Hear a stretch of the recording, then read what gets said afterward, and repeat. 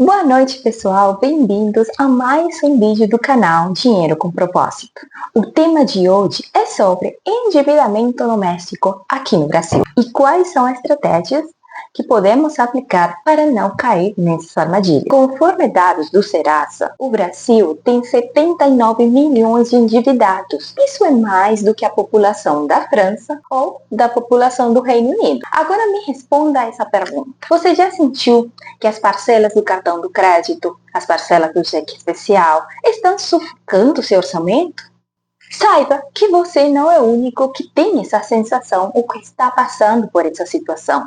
O que a maioria não sabe é que o próprio sistema está desenhado para você cair nessa armadilha. O relatório do Serasa de setembro de 2025 indica que 79,1 milhões de brasileiros estão endividados e há mais de R$ 1 trilhão em oferta de negociação. Isso indica o tamanho do problema que há aqui no país. Eu sou a Elizabeth Huertas e aqui neste canal falamos sobre como você organizar seu orçamento, sobre finanças, sobre relacionamento e como você ir atrás dos seus sonhos. Me siga, continua com o vídeo até o final. Hoje, neste vídeo, eu vou te mostrar quais são as armadilhas invisíveis do endividamento e vou te dar algumas dicas para você não cair nessa. Eu quero te indicar que além de você gastar mais do que ganha, outro problema do endividamento são as facilidades que existem e que nos empurram ao abismo financeiro. Fique comigo até o final e eu vou te indicar quais são os 3 maiores facilitadores de endividamentos e os 4 motivos que nos levam a cair neles. E o mais importante, eu vou te ensinar 4 estratégias para você não cair nesse sistema. Agora vamos para a parte 1 do vídeo. Armadilhas invisíveis do crédito. O cartão de crédito é o maior responsável do endividamento dos brasileiros. Segundo o Serasa, o cartão de crédito é o maior responsável. Por quê? Porque as pessoas têm a falsa sensação de que têm capacidade de compra, adquire o produto e pagam depois, sem perceber a quantidade de juros que eles estão pagando por trás. Crédito fácil ou cheque especial. Eles são vendidos como uma ajuda, como uma mão amiga para você, mas na verdade eles não te indicam que por trás disso tem uma quantidade de juros que estão fazendo você de escravo. Você não sente ou não percebe às vezes que é uma dívida que não tem fim. Você continua pagando e, aliás, se atrasar no parcela, meu Deus, vira uma bola de neve e você continua trabalhando para quem emprestou esse dinheiro para você. Terceiro, o sistema de crédito. Os bancos e instituições financeiras estendem sua capacidade de emprestar dinheiro para as pessoas de forma agressiva, sem nem sequer analisar o perfil da pessoa, se realmente ela consegue pagar ou não esses empréstimos. Muitas vezes, a publicidade desses empréstimos é tão agressiva e tão atrativa que as pessoas se iludem com o que elas estão prometendo sem ler as letras miúdas.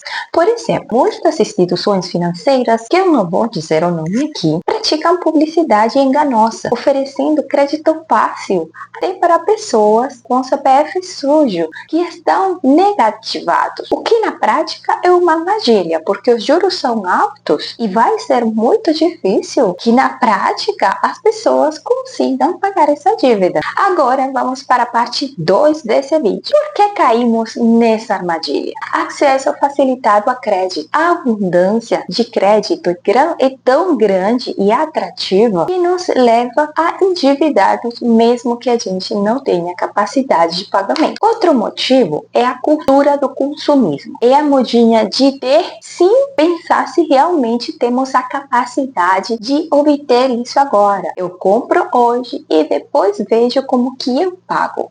Isso pela moda de manter um status social, mas na verdade você está vivendo o seu presente, mas seu eu do futuro está ficando prejudicado. Por quê? Porque você fica mais velho e ainda endividado. Total desvantagem. Outro motivo é a falta de educação financeira. Sem saber onde estamos gastando mais, sem ter um orçamento doméstico, sem ter um controle das nossas finanças, a gente não sabe onde o dinheiro está indo a parar quando cai nas suas mãos e depois se desaparece. Outro motivo é a falta de educação financeira. Isso é algo que a gente não aprende na escola. Você tem, agora que é adulto, ir atrás de conhecimento, porque se você não tem um orçamento doméstico, fica muito difícil para você perceber aonde está indo parar seu dinheiro. E se você não sabe aonde está alocando seus recursos, então você toma decisões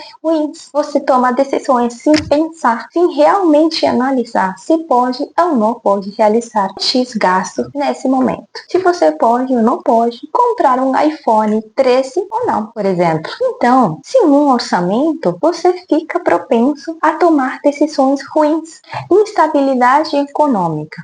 Muitas famílias estão em situação de desemprego ou têm uma renda baixa e como as contas não param de chegar todos os meses, então especialmente essas famílias de baixa renda, de classe social muito baixa, elas têm que recorrer a pegar empréstimo para pagar essas dívidas recorrentes, como serviços de água, de energia ou alimentação. Por exemplo, uma família de menor renda, cujo marido ficou desempregado e é a única pessoa que trabalha na família. Então, essa família tem que recorrer ao cartão de crédito para pagar despesas essenciais, porque eles não têm uma reserva de emergência. Então, pare para pensar. Uma família de baixa renda, cujo chefe de casa, pai de família, única pessoa que trabalha, fica desempregada e não tem uma reserva de emergência, começa a pagar os gastos do dia a dia, moradia, alimentação com o cartão de crédito. Momentaneamente isso funciona, mas no mês seguinte ele vai ter que pagar as contas do cartão de crédito.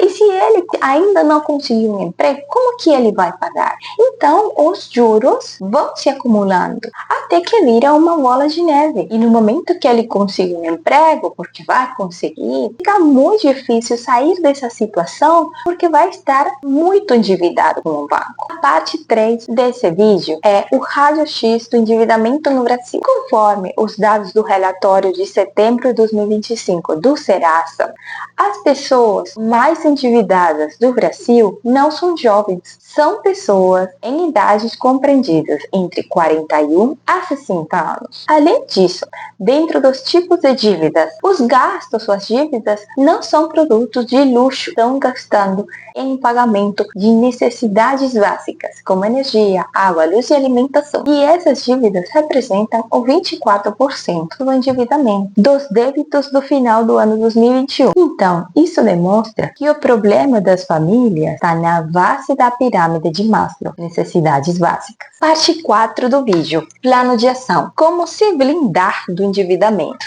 Estratégia 1. O orçamento como bússola. Crie um orçamento para monitorar suas receitas e suas despesas. Nesse orçamento, é indispensável que você monitore quais são essas despesas invisíveis que no final do mês podem realizar um rombo no seu orçamento. Por exemplo, aquele conta do cafezinho, do lanchinho da tarde.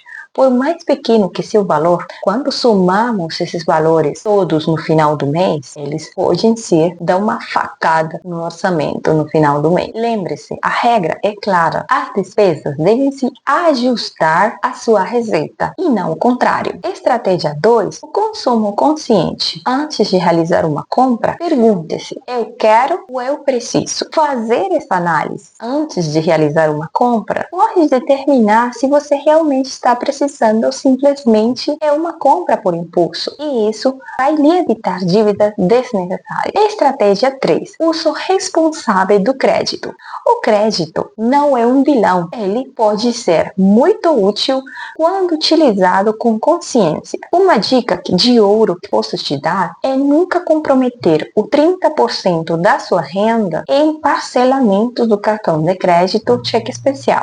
E se você realmente precisa realizar uma compra, então analise se essa compra se ajusta a seu orçamento atual. A estratégia 4 é poupança é prioridade. Além de criar o hábito de poupar, você também precisará se pagar primeiro. Comece com um valor baixo, o que o seu orçamento lhe permita, 5 ou 10%. Lembre-se, você não pode colocar uma X quantidade exorbitante que você nunca consiga realmente poupar todos os meses promessas, porque vai criar frustração na sua vida. E isso não é o que queremos. Nós queremos realmente que você observe as pequenas conquistas que vai realizando através do tempo. Então comece com o valor que você realmente consiga poupar, 5 ou 10% do seu orçamento. E conforme vá melhorando sua renda ao longo do tempo, você vai ajustando esse valor. Então, qual seria o objetivo de eu poupar, Elizabeth? Criar uma reserva de emergência, se preparar de algum imprevisto. Lembre-se que a gente não quer adoecer e mesmo assim tem uma gripe e tem que ir ao médico, pagar consulta e até comprar medicamentos. Então é necessário que você se prepare para imprevistos. Então, vamos recapitular sua habilidade financeira em simples 4 passos. 1. Crie seu orçamento doméstico e viva dentro do padrão que sua renda permite. Pratique o consumo consciente. Identifique e diferencie o que é desejo de necessidade. Use o cartão de crédito ou cheque especial com consciência. Nunca comprometa mais de 30% do seu orçamento doméstico